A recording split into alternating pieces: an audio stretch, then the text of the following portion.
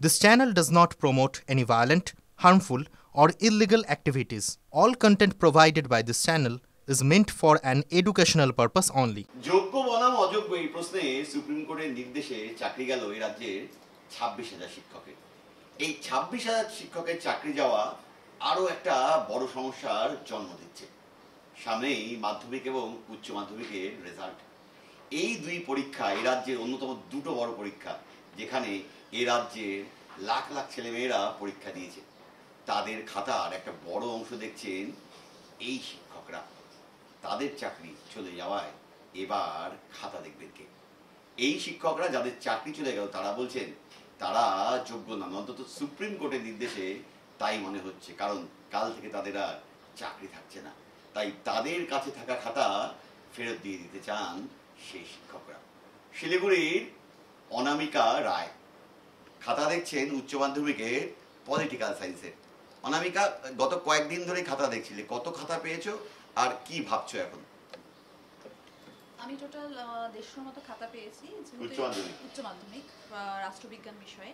যেহেতু এবার আমি প্রথম খাতা দেখছি, তাই খাতাটা খুব নিখুঁতভাবে দেখার চেষ্টা করছি, তো এতে আমার সময়ও বেশি লাগছে। কিন্তু এখন আজকের এই রায়ের পর আমার সেই মানসিক যেটা আর কি স্থিরতা সেটা নেই। এবং যেহেতু সুপ্রিম কোর্ট বলেই দিল যোগ্য অযোগ্য আলাদা করতে পারেনি তারা, তো তারা যেহেতু বলেই দিল যে সবাই অযোগ্য, তাহলে এই খাতা দেখার মতো রাইটটা এখন আমার আর নেই, কারণ আজকে থেকে আমি চাকরি হারা এবং অযোগ্য। তো আমি নিজে জানি আমি যোগ্য, কিন্তু রায়ে আমাকে অযোগ্য প্রমাণিত করা হলো। তাহলে এই খাতা দেখার যে অধিকার যেটা আমার, সেটা আমি হারিয়ে ফেলেছি। এখন আমার যতটুকু আমি খাতা দেখেছি আজকে পর্যন্ত তো দেখেছি, আর যতটা বাকি আছে আমি খাতা ফেরত দিয়ে দিই। এই দায় এখন আর আমার নেই খাতা। এতে তো আরেকটা সংকট তৈরি হতে পারে, সামনেই রেজাল্ট, লক্ষ লক্ষ ছেলে মেয়ে পরীক্ষা দিয়েছে, তারা আশায় আছে দ্রুত রেজাল্ট বেরোবে। হ্যাঁ, এই রায় এখন আমার নেই, কারণ আজকে আমি এই রায় বেরোনোর পর খাতা দেখব, তারপর দুদিন পরে আবার এইটা নিয়ে আবার প্রশ্ন উঠবে যে যারা খাতা দেখেছে তারা তো অযোগ্য শিক্ষক শিক্ষিকা ছিল, তো সেখানে যে আমাকে আবার আমাকে হ্যারাস করা হবে না তার কি মানে আছে? কারণ যখন যোগ্য অযোগ্য আলাদা করা গেলই না, তাহলে কোন ভিত্তিতে আমরা এই খাতা দেখব? এই খাতা দেখার অধিকারটা হয়তো আমরা হারিয়ে ফেলেছি। তুমি 2 বছর চাকরি করেছো, অন্যরা প্রায় 6 বছর চাকরি করেছে। ফাইনালি তাদের সবার চাকরি গেল, তোমারও চাকরি গেল।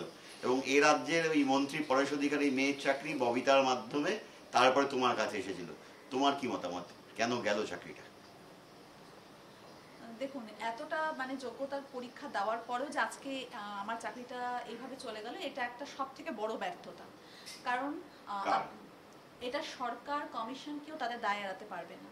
কারণ আজকে কিন্তু আমাদের রেকমেন্ডিং অথরিটি কিন্তু স্কুল সার্ভিস কমিশন যদি প্রথম দিকে চাইতো যে না, আমি এই যে এরা যোগ্য, এদের বিরুদ্ধে কোনো এলিগেশন নেই, এরা সসম্মানে স্কুলে যাবে, হ্যাঁ, এদের যদি একটা তালিকা, যদি যেরকম অযোগ্যদের তালিকাটা করে দিয়েছে সেরকম যদি যোগ্যদেরও একটা তালিকা করে দিত, তাহলে আমার মনে হয় যে আজকে আমাদেরকে এই দিনটা দেখতে হতো না। তো এটা তো আমাদের জন্য একটা দুর্ভাগ্যজনক, আমাদের এটা একটা কি বলবো, আজকের দিনটা একটা অন্ধকারময় দিন। আমি ভেবেছিলাম যে হাইকোর্টের পর যখন দেশের উচ্চ আদালত থেকে যখন সর্বোচ্চ আদালতে ব্যাপারটা যাচ্ছে, তখন নিশ্চয়ই এর একটা রায়, এর একটা সুরাহা হবেই। যোগ্যদের সাথে এত বড় ক্ষতি কখনোই হতে পারে না। কারণ আমরা সবসময় দেখে এসেছি যে সুপ্রিম কোর্ট থেকে যে রায়টা বেরোয় সেটা সমাজের ওপরে যাতে প্রভাব না পড়ে সেটাই দেখা হয়। আর ন্যাচারাল জাস্টিস এটাই বলে যে 100 জন দোষী শাস্তি পাক, একজন নিরপরাধের জন্য শাস্তি না হয়। তো এখানে আমরা এই জায়গাটায় দেখছি ব্যাপারটা পুরো উল্টো, 100 জন নিরপরাধের শাস্তি হোক একজন দোষীকে বাঁচাতে গিয়ে। তো সেই ব্যাপারটা সম্পূর্ণ আজকে বদলে গেল, যেটা ন্যাচারাল জাস্টিস আমরা এতদিন জানতাম সেটার সম্পূর্ণ বিপরীত ব্যাখ্যা আজকে পেলাম। আজকে স্কুলে গেছিলে? হ্যাঁ, আজকে গিয়েছিলাম স্কুলে। আজকে থেকে আমার স্কুলের পরীক্ষা শুরু হলো। তো ফার্স্ট হাফ আমি পরীক্ষার গার্ড দিয়েছি, কিন্তু মানসিক দিক থেকে এতটাই বিপর্যস্ত যে দেখুন, আমরা তো সবাই মানুষ, তো এইরকম একটা বড় খবর শোনার পর নিজেকে আর সেখানে আর রাখতে পারিনি। আমি সেকেন্ড হাফে আমি চলে এসেছি। আমি দীর্ঘদিন তোমার সঙ্গে বিভিন্ন সময় ইন্টারঅ্যাক্ট করেছি বিভিন্ন খবরে। প্রথম যখন খবরটা পেলে, তুমি বলেছিলে যে আমার একটা স্বপ্ন ছিল শিক্ষক হবো, একটা বেসরকারি স্কুলে বাচ্চাদের পড়াতে, সেখান থেকে একটা চাকরি পেলে একটা স্বপ্ন তৈরি হলো মনের মধ্যে, বাচ্চাদের পড়াবো, অনেক দূরে স্কুল, সেখানে প্রতিদিন যেতে। কান্না পাচ্ছিল না? অবশ্যই কান্না পাচ্ছিল এবং আমি চোখে আমার কেঁদেছিও, কারণ আমার যে কলিগরা আছে তারা আমাকে খুব বোঝালো, সান্ত্বনা দিল। হেডমাস্টার মশাইও যথেষ্টভাবে আমাকে মানে বোঝালেন যে যোগ্যদের সাথে এরকম কখনোই হতে পারে না, দেখবে কিছু একটা অবশ্যই একটা উপায় বেরিয়ে আসবে, সুরাহা বেরিয়ে আসবে।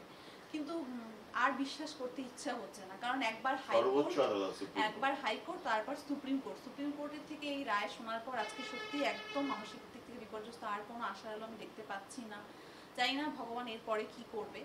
মুখ্যমন্ত্রী সহানুভূতিশীল, তিনি সাংবাদিক বৈঠক করে বলেছেন যে এই ঘটনা এবং গোটা রাজ্যে এত সংখ্যক হিউজ পরিমাণ শিক্ষক 26,000 চাকরি গেল, তোমার কি মত?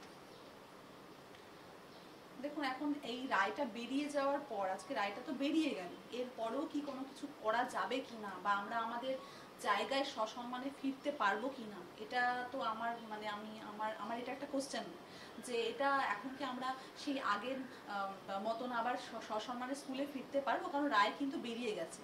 কারণ এই রায়টা বেরোনোর আগেই যতটা সম্ভব আমার মনে হয় যদি সেই সহযোগিতাগুলো করা হতো কোর্টকে, তাহলে আমাদের এই দিনটা আজকে দেখতে হতো না। আজকে কিন্তু একটা চরম মানে অচলাবস্থা তৈরি হলো। এই আমি উচ্চ মাধ্যমিকের খাতা নিয়ে বসে আছি, হ্যাঁ, আমি তো আর খাতা দেখতে পারছি না, মানে আমার অধিকারের এখতিয়ারের মধ্যে নেই, আমাকে খাতাগুলো ফেরত দিয়ে দিতে হবে। আমি জানি না কে দেখবে, আবার লিগ্যাল প্রশ্ন উঠতে পারে। তো এরকম, তারপর আমার স্কুলের আজকে থেকে পরীক্ষা শুরু হয়েছে, তো কাল থেকে আমি জানি না আমি কি করব। স্কুলের আমি যে সাবজেক্টগুলো পড়াই সেগুলোর খাতা কে দেখবে? তো একটা কিন্তু বিশাল একটা অচলাবস্থা তৈরি হবে।